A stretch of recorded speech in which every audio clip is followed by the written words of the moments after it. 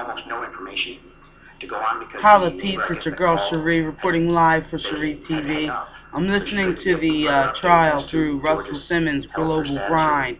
You gotta get on Twitter and go ahead and click the link. That way you can listen to it with me. At that point, you've gotten a phone call from somebody who actually said that George was involved in a shooting, correct? She told me that she got a call that said George was involved in a shooting, in handcuffs and bloody. So you arrive at the area, the complex where it happened, meet with Shelley. Correct. Did you see George at that point? We walked up to where the yellow crime scene tape was that was surrounded. It was a massive area that they had circled off, so we couldn't get very close to the actual scene itself. But inside the crime scene tape was a Stanford police officer car. In the back seat of the police officer car, Shelley and I saw someone who she more quickly identified as probably being George, lean his head down and lay down from the back seat. And supposedly he had laid straight down to where no one could see him. And did you have any contact with him at that point? None. So then? Couldn't get anywhere close. Then at some point you went to Stanford Police Department, correct? Correct. I drove Shelley over to the Stanford Police Department and we waited in their lobby until he was released. Do you recall about how many hours you were there? Goodness. 2 or 3 a.m. Could have been even longer. What was his state of mind when you finally saw him at 2 or 3 o'clock in the morning? Stunned. Cold! He immediately attempted to reassure Shelley, who broke down again once she saw him. Once they got out of the elevator, she went into hysterics, kind of a breakdown, maybe not hysterics, but went into a sobbing breakdown. And he immediately tried to reassure her he was okay, and so he was more occupied with her than with anything else, but he had a stunned look on his face. And when you say stunned, tell us. Wide-eyed, just kind of a little bit detached, perhaps from maybe not realizing he had just gone through a traumatic event. Kind of odd to describe, very, very difficult to describe. Let's talk about, obviously, as a good friend for him for the 5 years prior, or 4 years prior, you've known him, correct? Hot. And then tell the jury, if you would, how he was that night compared to the George Zimmerman you knew most other days. That's what I was using to base my observation on, was a more wide-eyed stare. Again, once he saw Shelley, he focused more on making sure she was reassured, and that letting her know that he's okay, he doesn't have anything fatal or anything going on with him, he's all right. And she immediately started to observe. Once she got out of her shock at seeing George, she then started kind of looking at his injuries, and I guess she kind of went into nurse mode at that point because she was a nursing student. And again, how is George presenting himself to you? Detached. It's hard to describe. Well, is detached different from the way he normally is? Vastly. So when you say detached, what do you mean? I would say probably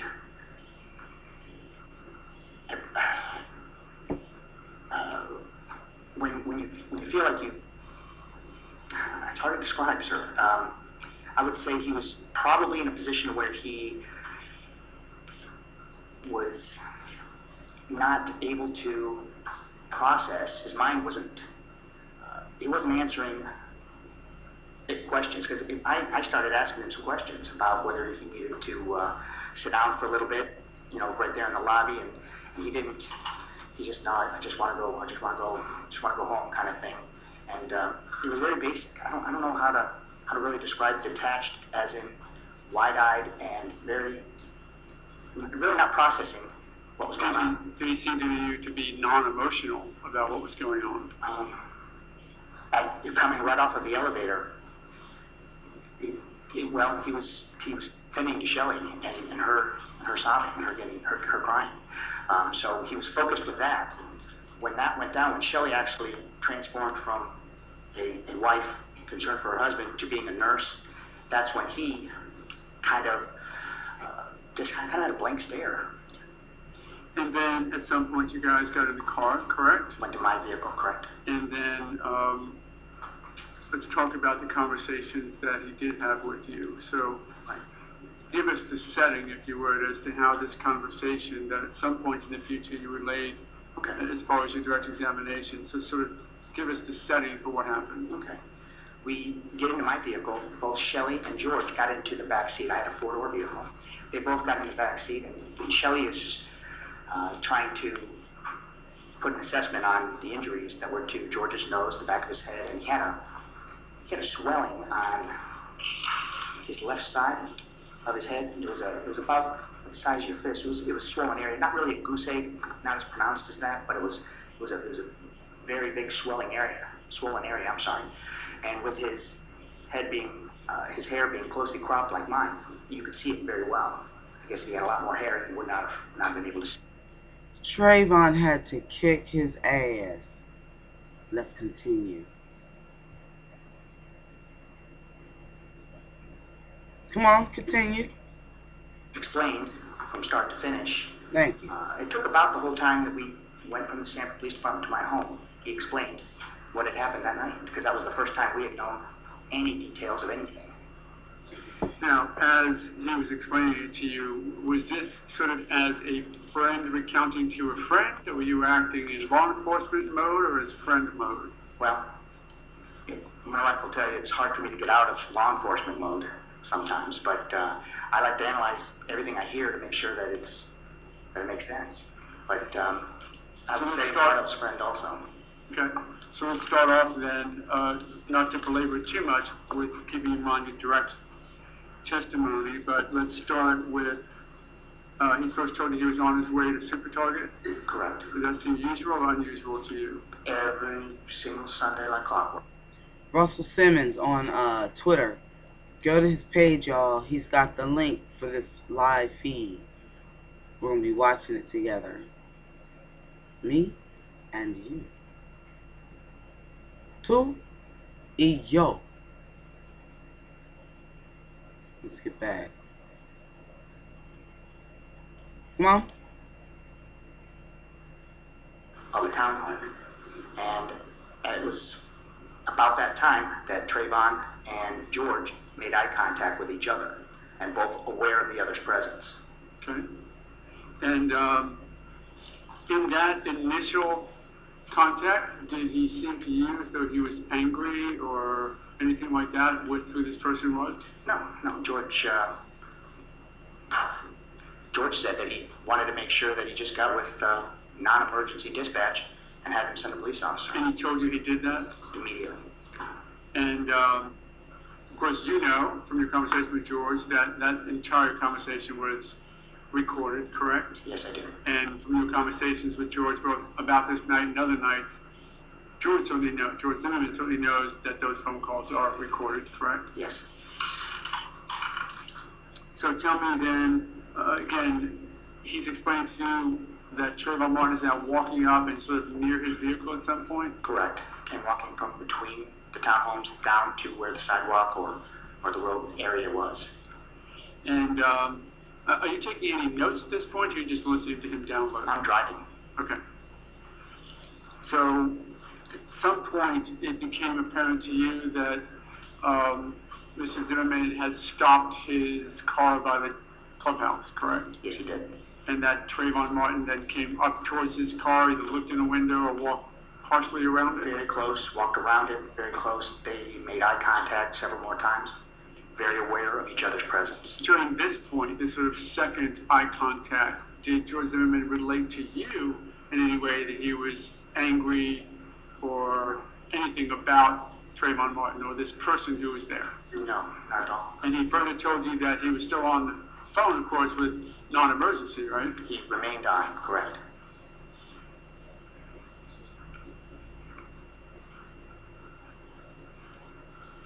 So then we move forward to, I think you said that George Zimmerman did what he thought he should to keep Trayvon Martin in sight? Correct. Is that pretty much the way? Tell me how he related that part to you, as best you can recall. Well, he said that he had heard from the Stanford police officers that showed up to the clubhouse to give instruction to neighborhood watch people was to always try to keep whatever subject that you're observing in sight. It makes it much easier for a law enforcement officer to show up and make contact with the subject if you're on the phone with dispatch during the whole process and you can actually see the subject. Did he relate to you that the non-emergency dispatcher had actually told him on a couple of occasions, tell me what he's doing now or let me know if he's doing anything else? He told me what he was doing. He didn't tell me that the dispatcher had said certain things. Okay. So let me check our time, Pete. Let's check our time and see how we're doing. Now, I believe this guy on the stand now wrote a book. And if I'm not mistaken, I will double check. Zimmerman said these NFs get away with everything. Now, NFs could be niggers fucking. These niggers fucking get away with everything. And if that was said, we know that he was racially profiled. My cup from my coffee. And that's gonna be some shit right there. Okay, we're doing pretty well on time. Let's go back to the trial.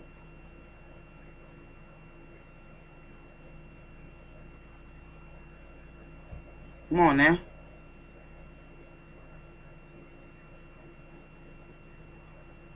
As he's telling you the stories, recounted, and at some point, well, tell me then, at some point did he say to you that I couldn't see him any longer, or that you lost sight of him? That's one of the reasons why he got out of the vehicle.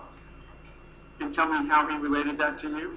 He said that he went in between the sets of townhomes down the dog path, a walking path. When you say he, you mean Trayvon Martin? What? Right. He lost contact in the darkness in between the townhomes down that walking path, and then he got out of his vehicle it may have been at the time when someone was asking him, where's your exact location, because the officer was getting close. So as the police officer gets closer and closer to the actual scene, the dispatch likes to tell them exact street numbers, so you can find your place exactly. Okay. That's what he was looking for. George Zimmerman never told you during the entirety of this conversation that George Zimmerman ever went down the dog path, correct? He did. He left his vehicle and he walked down the path. Walked down the path, correct. Do you know this area that we're talking about? I do. Okay. You know, there's a path that goes straight through to a SchreeTV circle. Correct. And then a right turn that goes off to the right. Correct. T. Yes. And he had said to you that Trayvon Martin went down the T, correct? Perhaps, yes. That's what he believes, because the street beyond was lit better than the dog path was. So if Trayvon had gone all the way to a SchreeTV circle, he would have seen him or his shadow, perhaps, because he lost sight. Okay, y'all. This is Zimmerman's best friend on the stand. And he says that Zimmerman said Martin went for the gun. Of course his best friend's going to have his back. You know what I mean? Holla. And this is the prosecution questioning him now.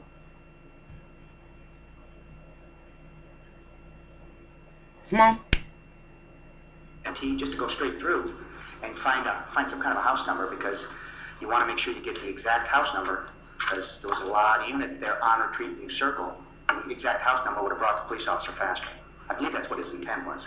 And he told you he was on his way back when the altercation began, correct? And that they said whatever they said to each other, as you testified to. Just to fast forward, I think you said that you weren't taking notes during that event, correct? I was driving, correct. Have you ever talked to George again about the facts of this case, or was that the only time? One other time, I heard him relay the incident. And when was that? The next morning. Okay, and we'll talk about that in a moment. Okay. During the event in the car, when he said things like, do you have a problem, you do now, or no, I don't, are those, as best you can recall, the words that George told you he remembers from the night before? That is correct. And talking about the actual mounting, when he said that Trayvon Martin had mounted him, I think he said that at one point he was straddling and the knees may have been up as high as the armpits. Is that correct? Could have been. The ribs area could have been as high as the armpits. Well, no, I'm just asking you, because what I would like to do is have you tell the jury, without presuming or suggesting ribs, armpits, hips, knees, whatever it might be, for right now, just recount, as best you recall, what George remembered of the event and what he told you. Well, I guess during the struggle, I guess the position of his knees and legs would probably change with George squirming. So at one point, I believe they were around his ribs, with George trying to squirm off of the sidewalk and onto the grass. I guess his knees came up a little higher, and that's very possible. Or the other way around, to where it was as he's squirming, once they get closer to the grass. Either way, this should never have happened. I think that we are nearly out of time, my love, with regards to SchreeTV. So what I'm going to do is, oh my god, we went up to 16. I hope it loads. Alright, you guys know I love you. I'm going to stop right now. More SchreeTV coming up. Love you.